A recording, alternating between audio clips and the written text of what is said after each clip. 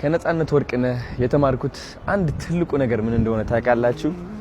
በትልቅ ፈተና እያለፍክ እያለ ለሰዎች ደስታ መስጠት። አያችሁ፣ ነጻነት ከፊቱ ፈገግታ ርቆት አያውቅም። ብዙዎቻችን ልብ አላልንም። because ቲክቶክ ላይ ተጠምደናል፣ የራሳችን ህይወት ላይ ተጠምደናል፣ የሌላ ዓለም ውስጥ ነው ያለነው። ገባችሁ? ግን ነጻነት ለካስ ምሳሌ ነበረ። በብዙ ነገር እያለፈ ነበረ፣ እያሳየንም አልነበረም እኛን። አንዳንዴ ይናገራል፣ ግን ፈገግታ ከፊቱ አይጠፋም። ምን ያህል ጠንካራ ይሆን? ምን ያህል ከመንፈሱ ጋር ተገናኝቶ ይሆን? ምን ያህል እግዚአብሔርን አውቆ ይሆን? እናም ነጻነት ትልቅ ትምህርት ሰጥቶኛል እኔ ደግሞ ይህ ትምህርት ለመረዳት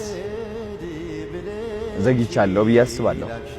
ምክንያቱም ነጻነት ከኛ ሲለየን ነው ይህ ትምህርት የተማርኩት የበለጠ። ከዛ በፊት መማር ነበረብኝ። ችግር የለውም፣ ለምክንያት ነው።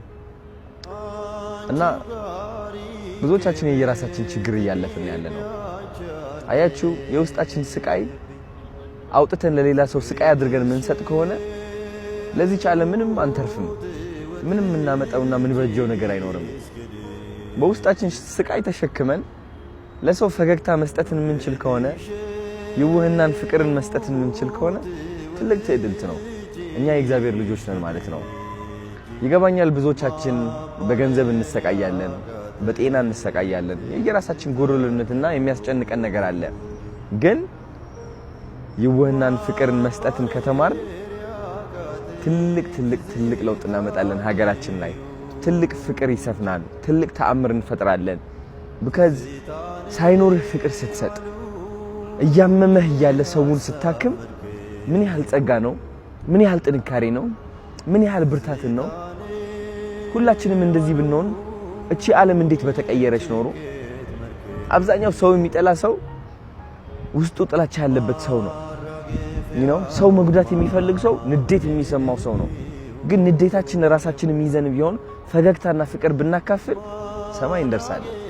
ነጻነት ወርቅነህ ይህን ያስተማረ ያ ሁሉ ህመም ይዞ ተሸክሞ በስንት መከራ እያለፈ ስራው ሲገብቶ ሰዎችን እያሳቀ ስናየው ምን ያህል ጥንካሬ አልገባንም። ከውጭ ሲታይ ቀላል ይመስላል፣ መሳቁ ቀላል ይመስለናል። ለካስ እቺ ፈገግታ ከባድ ነች። ነጻነት ወርቅነህ ጠንካራ መንፈስ ነበረው። እቺ ጠንካራ መንፈስ ደግሞ ከላይ ሆና እያየችን እንደሆነ እርግጠኛ ነኝ። እወደዋለሁ። ትልቅ ትምህርት አስተምሮኛል። አድናቂው ነኝ። አሁን ደግሞ የሱ ተማሪ።